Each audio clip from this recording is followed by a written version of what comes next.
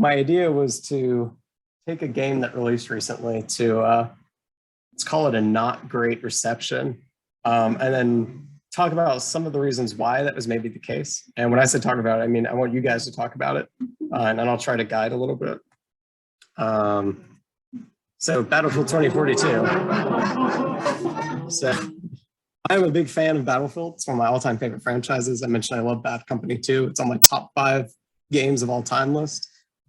I was very disappointed by Battlefield 2042. I did the, there was a 10-hour free trial and gave it a go. I didn't hate it, but to me, it fell real short of what I wanted. So, quick synopsis of the game, and this is just from their Steam page. Battlefield 2042 is a first-person shooter and marks the return to the iconic all-out warfare of the franchise. In a near-future world transformed by disorder, adapt and overcome dynamically changing battlefields with the help of your squad and cutting-edge arsenal. That sounds great. Uh-oh. What happened here? There's a hurricane and like almost 300,000 people want their money back. Almost 100,000 negative reviews, over 100,000 negative reviews on Steam. Something went wrong for a blockbuster AAA franchise with over $100 million budget that's supposed to make a ton of money for one of the biggest publishers in the world. Oh no, what happened? Well, I think we should talk about that. Here's a question. What are the core pillars of a Battlefield game from the developer point of view? So if you don't play Battlefield, I could definitely give you a rundown. I kind of want to hear what you guys think it is, even if you play it, if you don't play it. What do you think are the big fundamental core elements of a Battlefield game that define this as a Battlefield game? What makes this Battlefield and not Call of Duty or not Apex Legends or not Mario Kart? Yep, I think that's kind of one. What else? Sure. Squad gameplay. Okay, anything else?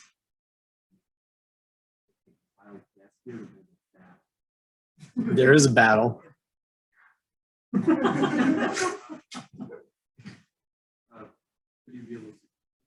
Yeah, anything else? So when thinking about game pillars, as I've seen them presented to me or for other studios, are usually like, I don't know, 3 to 5 things. They're really broad. They can be a bit more specific or not, but for example, a pillar of a Battlefield game might be large-scale combined arms multiplayer combat with a high number of players. And that's a little bit more descriptive because you could pull that back and say the pillar of this game is large-scale competitive multiplayer or something like that.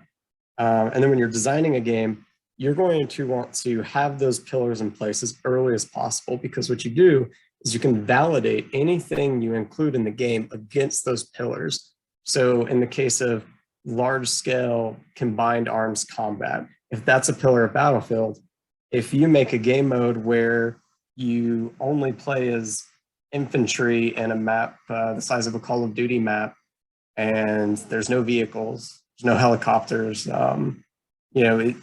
does that line up with the pillar? Now, in all fairness, the community, some of them really like the infantry-only maps that are in Battlefield games, and those are a big success. Although that's also, a lot of those maps also still support 64 players. They still feel like a big chaotic firefight. So there's room for interpretation there, and that's one of the benefits of the pillars not being too specific, but it also depends on the project. So next question is, what are the core pillars of a Battlefield game from the community point of view? I think you guys gave me the community point of view, but if you disagree, what do you think the community views as the most important parts of a Battlefield game?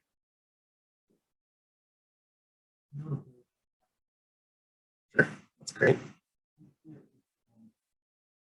I certainly hope so. Yes, I like that. I haven't played all the Battlefield games, but I think Battlefield 4, there was like buildings would collapse. Like there was the one tower or the one map that while you're on it. One of my favorite buzzwords, Levolution. Oof, that's a good one. What else? Yep, Conquest game mode, very essential. Anything else? So why do we think there was a mismatch between the developer and the community values? Because obviously what happened is the developer made one thing, they released it, and the community is like, this isn't a Battlefield game. What is this? Why do we think that happened, that mismatch?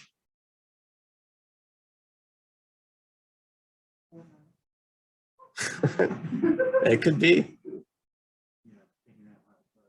Kind of general genre is like changing rapidly, where it's been more static for a while.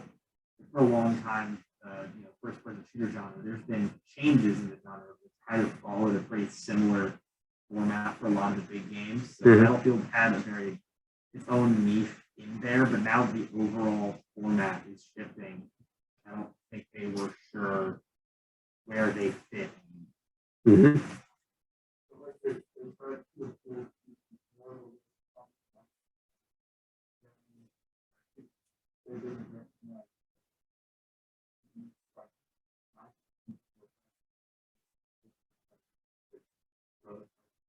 Like they were trying to make big games for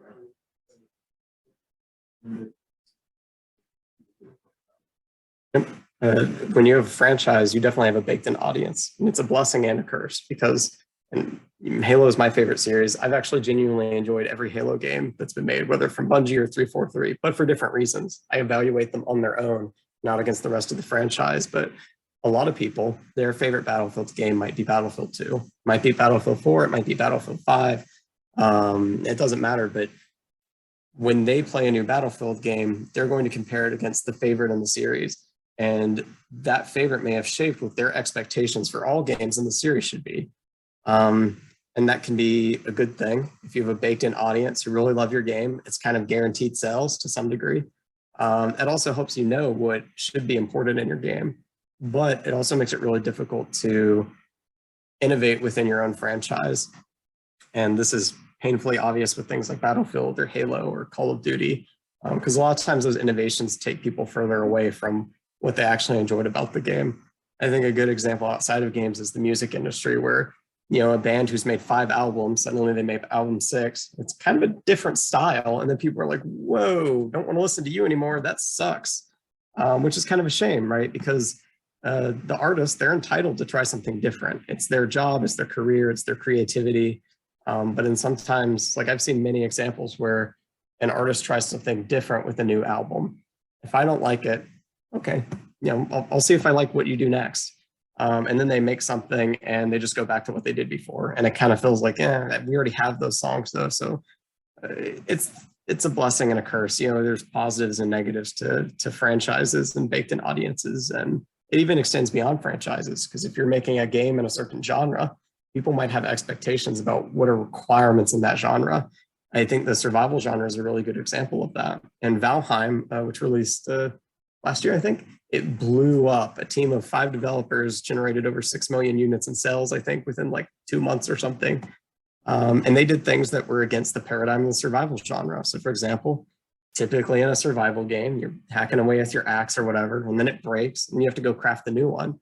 In Valheim, you don't have to craft a new one. You can repair it for free. And suddenly a part of the game that's kind of monotonous and doesn't really add a lot of value becomes more accessible and engaging. And they brought in new players, and players still get to enjoy the things they like about that, which in this case is knocking over a tree and see it fall over. That's fun.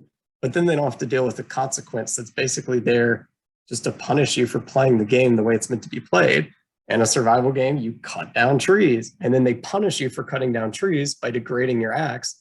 And then you have to build a new one. So you have to go through this whole loop of stuff that feels kind of arbitrary. Valheim did away with a lot of that stuff. And consequently, they blew up and people really found it easy to enjoy their game. So what do we think are some examples of fundamental issues that exist in Battlefield 2042 as far as it relates to the implementation of the core pillars? And we might imagine the core pillars are combined arms warfare, infantry, vehicles, whatever, large scale warfare, high player count, large battlefields, team play, defined loadouts, defined classes, squads, stuff like that. So within that umbrella, and maybe some of the other ones you thought of, what do you think are some examples of where the game might have fallen short?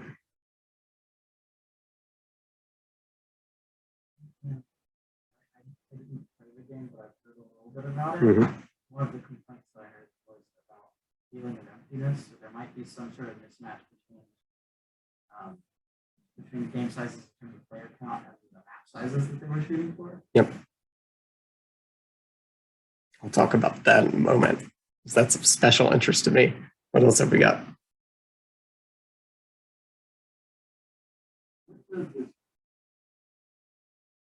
Yeah, you can go first.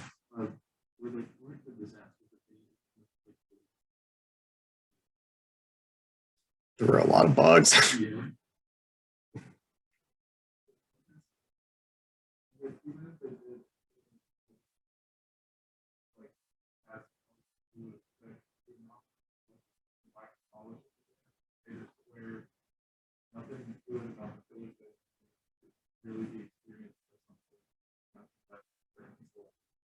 Yep, for sure.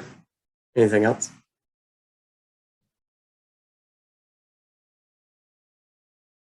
So let's talk about the map situation. So Battlefield went from being a 64-player game since the first Battlefield game, which was in like 2000, like 1998 or something. I don't know, but Battlefield's been around for a long time, like 20 years or whatever. And it's always been 64 players, with the exception of Bad Company 1 and Bad Company 2. But those games were designed for those player counts. And it's on record from someone who was a lead designer, I think, on Bad Company 2, Battlefield 4, and worked on Battlefield 1, that they've tried 128 players before. They decided it didn't work. And I don't think that's necessarily true, because I think it's something that could work. But at the time, with the time they had, the resource they had, their capabilities to prototype, the technology, whatever, they don't work for them. So there's a fundamental shift in the scale of the game, going from 64 players to 128 players. And they did a few different things to accommodate that. So one example is much larger play spaces. Another example is for Conquest, they took the traditional, you have a flag here, flag here, flag here, and move between them and capture them. They divided the map into sectors. You can capture a whole sector, you capture the individual flags in that sector. So it kind of added a little bit more organization, a little bit more structure to the classic Conquest game mode.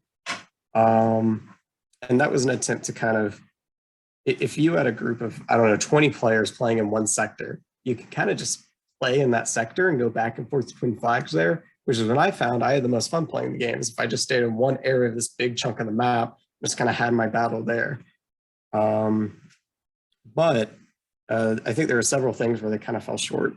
Ultimately, I kind of feel like the implementation of 128 players was half-assed. I think there are a lot of design problems that didn't really have powerful solutions. So for example, you have 128 players and you have squads of 4. And that math means you have a bunch of squads of 4. So they implemented additional organization in other aspects of the game, like Conquest with the sectors and stuff. They didn't implement more organization for team structure. So maybe they could have tried something where 4 squads of 4 are part of a battle group or something. And then a battle group gets commands from another player. Because in Battlefield 4 and I think Battlefield 2, they had a commander mode where one player out of 32 on your team can issue orders to the team. So in modern Battlefield games, the squad leader can issue orders to their squad and you get points for completing the orders. You don't have to do it, but you get points. One of the problems with commander mode is a lot of people are interested in playing it. Not a lot. Some people just want to play the game. But in Battlefield 4, commander mode put you in a whole different view. You got like a top-down view of the map. It kind of felt like you were playing a different game. That's not on silent. So maybe the idea of segmenting the teams into smaller groups, giving players the opportunity to issue commands to squads, battle groups, an entire team, maybe that could be a thing. Maybe they could have some kind of AI contributor that issues meaningful commands to players. But I think that's an example of that feels like a design problem that was not thoroughly investigated. And if they couldn't validate 128 players being a great time and something that felt like it had meaning, shouldn't have made it into the game. And the maps are another big part of the equation. I think the maps are way too large for the player count. I think the maps are more like for a 256 plus player game. There's a lot of downtime, there's a lot of travel time, there's a lot of empty space. Really open line of sights and lack of cover are a big complaint from players, especially compared to previous games with these really much tighter, intricately designed maps with kind of carefully planned, cover placement, line of sight, paths for people to move, channels for people to move between objectives and kind of naturally flow around the map. In 2042, you have these wide open spaces, and I saw situations where you'd have like 15 players hiding behind the same cover object, like a big shipping container or something. And then you just kind of get in this awkward situation where you can't really go to another piece of cover because there's not one. So players just use the same piece of cover. And it just leads to the maps feeling like too punishing for doing anything. Like you don't want to run out in the open because you know you'll get killed immediately. And that's, the large maps are also a production cost. It's going to take more effort, more resources, more assets, more time in general to give these massive levels the kind of life and level of detail you might expect from smaller maps and other Battlefield games. So, placing cover in all these maps would be a time-consuming thing, and they could create tools that help them kind of proceduralize or automate that, but all of that has a cost associated with it. So you see these costs start going up, and then the quality of the game starts going down in their ability to actually implement and validate these things. But I think overall they attempted to increase the scale of the game, which is fine. It's a fine thing to do, but I don't think they updated the players to interact with the game at that scale. Players are still interacting with the game like they did at a 64 player level, which kind of goes back to you have individual squads and they give orders, and one squad can have a meaningful impact on a given battlefield.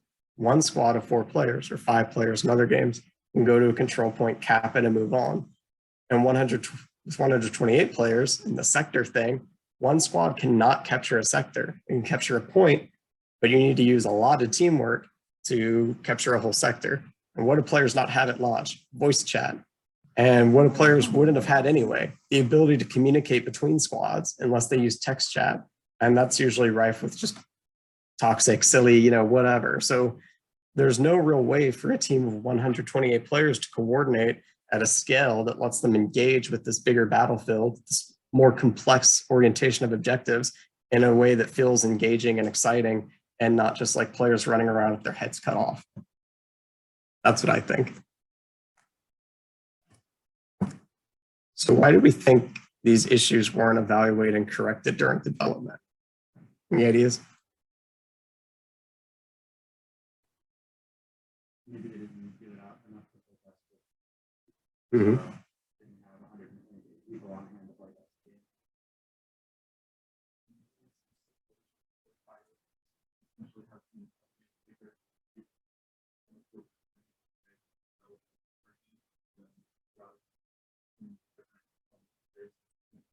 Mm-hmm. Yeah. Yep. There's never enough time. Yep, that's definitely a factor.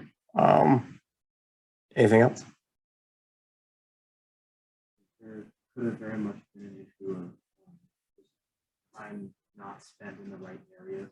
Maybe like some of the things what happened to like an Anthem, where they spent too much time on planning some idea and then not enough time actually implementing it and testing it out. So by the time they got to the actual implementation playtesting, they didn't have enough time left to go back and fully redo the ideas. They just kind of had to stick with what they had, even if it was so optimal. Anything else? So a couple things to note. First of all, there's never enough time, right? Because you can iterate forever. You can always strive to make the best game possible, but eventually you have to release it so you can make your money back. And then the pandemic definitely affects that as well. In terms of the Anthem thing, there definitely could have been prioritization issues. And it's funny because I remember when they announced Battlefield 2042, there was like, this is the biggest game ever. We have like 6 studios working on it. When I hear that, I'm like, that sounds like a nightmare. But in terms of prioritization, so they cut the single player campaign. Battlefield games have not always had a single player campaign, and some did. And a lot of the community are like, get rid of single player. Like, we don't really care about that. We just want the multiplayer part. And then they did was add Battlefield Portal mode, which I think is actually pretty cool. And they added Hazard Zone. the community was not asking for a battle royale in Battlefield, not at all.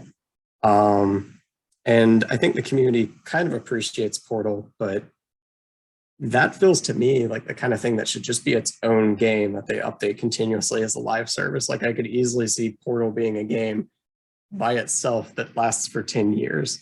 I think it was a mistake for them to include what's essentially 3 different modes of play in Battlefield. And I mean, you might argue like Call of Duty has zombies and a campaign and multiplayer. But I think a lot of people, they just play campaign, they just play zombies, they just play multiplayer. So arguably those could be 3 separate games. And I think in Battlefield, people would have preferred the time be spent on the multiplayer component, which is what people care about most. In terms of like higher ups mandating stuff, it's totally possible that executives at EA said, hey, we see these kinds of games performing really well in the market. We need to implement this. But going back to what I said about constraints, there's probably room to operate within those constraints to achieve some of the success you're looking for in the market as it relates to your competitors, but without, what's the word, capitulating? Maybe that's not the word, but kind of letting go of the things that are most important to your game and your community. So there's a balance to strike with everything. Of course, time, number of play testers, frequency of play tests. There were probably people raising the alarm throughout the process. And the reality is the bigger the team, the more money that's invested, not everyone gets a voice, right? And that's true at any company in any industry. So, if you're a team of 5,000 people working on something and this person down here has, hey, this thing, it's not going well, like we shouldn't do it or we should change something, that doesn't necessarily make its way to the person who's making the decisions or writing the checks. So suffice to say, there could have been a gazillion issues that caused this game to be derailed. And it was funny, I think people might have seen in the news, EA had an investors call with their shareholders, and they're basically trying to give excuses for why Battlefield didn't succeed. One of the excuses they had was that Halo Infinite released a little early in the multiplayer, and it was a really polished experience in terms of bugs and just kind of the feel of the game generally. And it's like, that's not an excuse. You can't, companies will sometimes like adjust the release dates of their games to get out of the way of competitors. I've worked for a company that did that. And so Halo Infinite certainly could have been a surprise, but the failings of Battlefield are uniquely their own, right? Like those are their mistakes where they miscalculated or did something wrong to make their built-in audience not really vibe with the game. And the audience for Halo might not be the audience for Battlefield. I think in the shooter, people who like shooters, there's probably a lot of crossover, but fundamentally they're fairly different games. And if people want to play Halo and they want to play Battlefield, they'll play both. They won't pick one or the other unless they only have, they can only afford to buy one game. In that situation, they might, but to a great extent, I don't think that problem affected Battlefield. But last but not least, what do we think, given everything we talked about, could be some solutions that could have mitigated what happened with Battlefield 2042?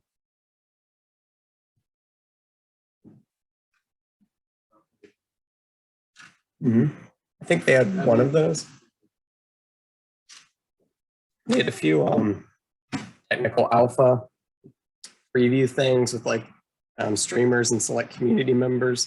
And I think they had those fairly early into 2021 before the game's release. It's unclear, however, at what state the game was in while those were happening. The game, we could find out when the game went gold, but at some point, when you're going through the certification process to get your game on platforms, it's kind of pencils down besides things that are bug fixes, which you see in the day one patch. But there might have very well been a window where they could have made certain changes. I think the kinds of changes the community was asking for were probably too large to be addressed that late in development. So probably would have been a good idea to get a better pulse of the intended audience or the existing audience of what they were interested in earlier into the project. Because it seems like either they didn't get that feedback at all or they got that feedback and they ignored it. Anything else? Like you mentioned, if they put all of their time and effort into one game, it would have given them a much bigger chance to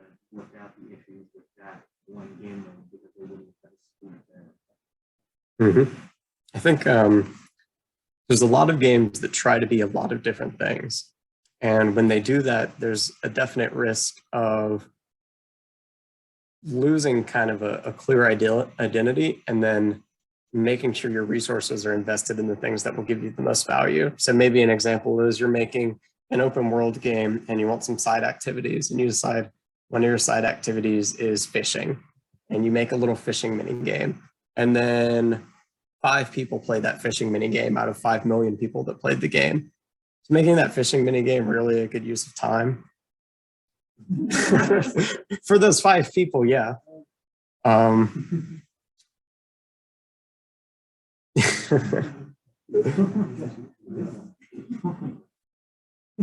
there's I mean there's that's a very real trap people can fall into as well, is misinterpreting what you think your audience wants. So maybe someone at EA or DICE thought everyone loves battle royales. They want a battle royale in Battlefield. Well, they're already playing the battle royale games. Maybe they want a different experience out of Battlefield. I think Splitgate's an interesting example because that came out and it was an arena shooter. It had a fun twist.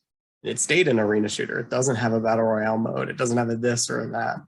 Knockout City, that dodgeball game, I don't think it has a battle royale mode. So, you know, there's different audiences and sometimes they cross pollinate, sometimes they don't. But just because someone's doing something that's popular doesn't mean you have to do it, because then you might miss out on an opportunity to make something that's popular of your own. Any other thoughts? There's no wrong answers. Yep, for sure. And it's funny, I was just reading today a blog post because they did this whole thing and they announced we're going to incorporate player feedback. We're going to talk to the community and then we're going to release a blog post that tells you what we've learned and what we plan on doing. And I read the blog post and they're like, here's the complaints from the community. There's not enough cover. The maps are too big. The objectives are too spread out. It takes too long to get to places without any kind of action happening. And the guy kind of detailed what they did or what they're going to do. And it's like, okay, that sounds kind of interesting, but it would have been so much less work if they just did it the right way to begin with.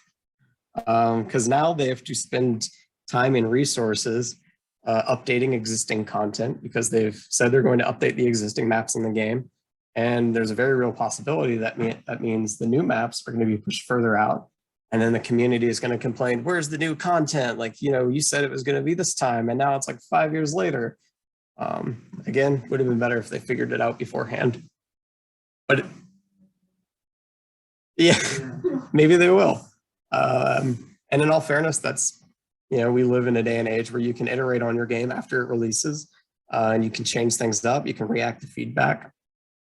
There's something I was about to say that seemed good and I forgot. It happens sometimes. Oh yeah, game development is very hard. That's important.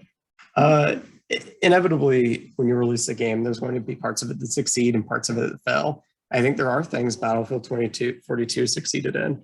I think there are some really cool moments where you do see, you know, you're engaging in a fight here, but you see some big fight on the horizon and there's a sense of scale and spectacle and it's really exciting. And sometimes you get that moment where you have like 30 people rushing towards another group of 30 people, but you see another group of 30 people over there doing something. So I think there were successes there. I have played PlanetSide. Mm-hmm. Having like bigger squads, the whole point system didn't need to be so strict. Yep. Maybe there were bases that could be taken, and that's like a single battle. Yeah.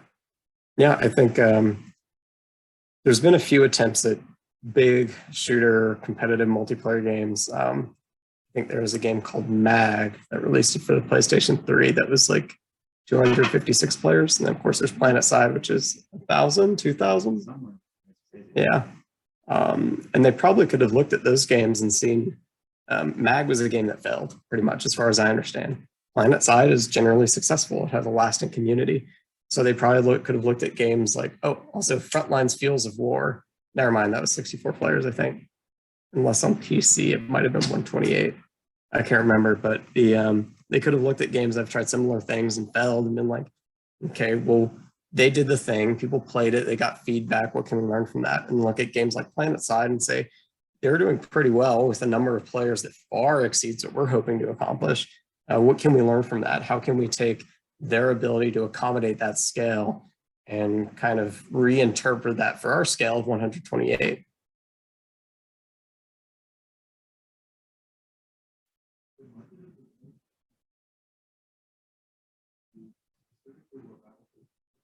Mm-hmm.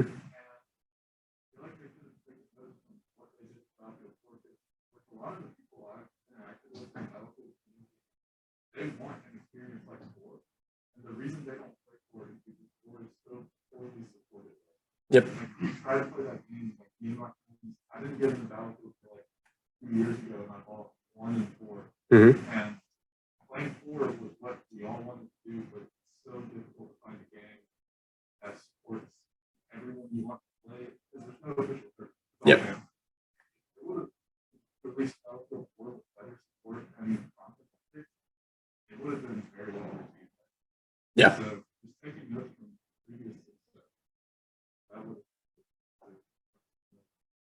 It's funny you mentioned that because I seem to recall reading an interview where a former designer at DICE said, we don't know why Bad Company 2 was so popular. It's like, that's kind of a problem. You should probably know why your own game was a big success, that you could do it again. I could point to a lot of reasons why I loved Bad Company 2. Yeah, man, I did that thing again where I was going to say something and I forgot it. Oof. Any other thoughts while I try to remember what I was going to say?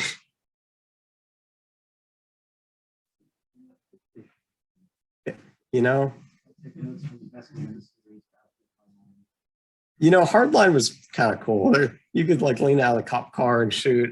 I remember I recorded a video playing with my friends, and we were in the cop car doing the thing, the siren was on, and then I put the theme music from Cops, like bad boy, like on that, and that was a really fun moment. It was a weird game. It was weird that ever came into existence, honestly, because that's one of those things, like when you think about the pillars of Battlefield, they took those pillars and tweaked them, and it's kind of like, how often are there cop and robber scenarios where there's 64 people? Like I've seen pretty big like police car chases, but that's after like one person, not what amounts to a terrorist organization, which seems to be the case in Hardline. You just have like normal police officers and not like the FBI or something. Another big issue the community had was the specialist system. So Battlefield has always been defined by a very clear class system. You have like the recon and the support and the assault and the engineer. And these classes have defined weapons and gadgets and capabilities. And very importantly, they have very defined silhouettes and visual appearances. So when you see a support, you know it's a support. If any of you are familiar with Team Fortress 2, you know that the heavy looks very different than the spy. From a distance, you can tell. Same thing with Overwatch as a more recent example. You can tell an Overwatch character if you just saw a completely black silhouette of that character. You'd say, that's Ashe, that's Sombra, that's, I was about to say Blitzcrank, but that's League of Legends, isn't it? Yeah, but I mean, same thing in League of Legends, right? And that's also pretty important because that's a top-down game. You might see sometimes some of those forms blend together a little bit more.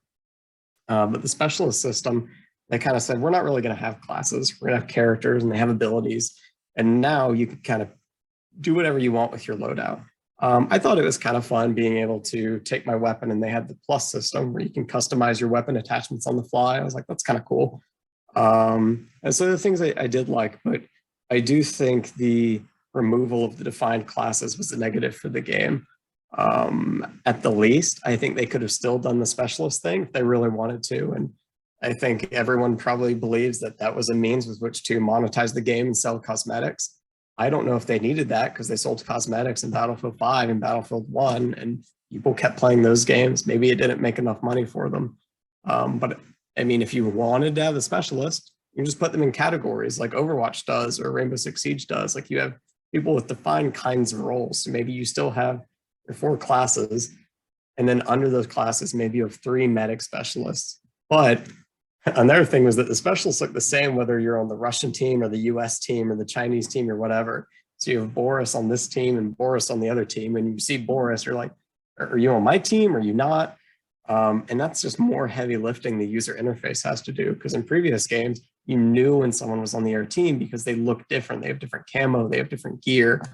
And there are a lot of things that feel like common sense that they knew, like they already solved these problems in previous games. They didn't have to solve them again, but instead they kind of, it feels like they took the notes they took and just kind of ripped them up. Disappointing. Any other thoughts?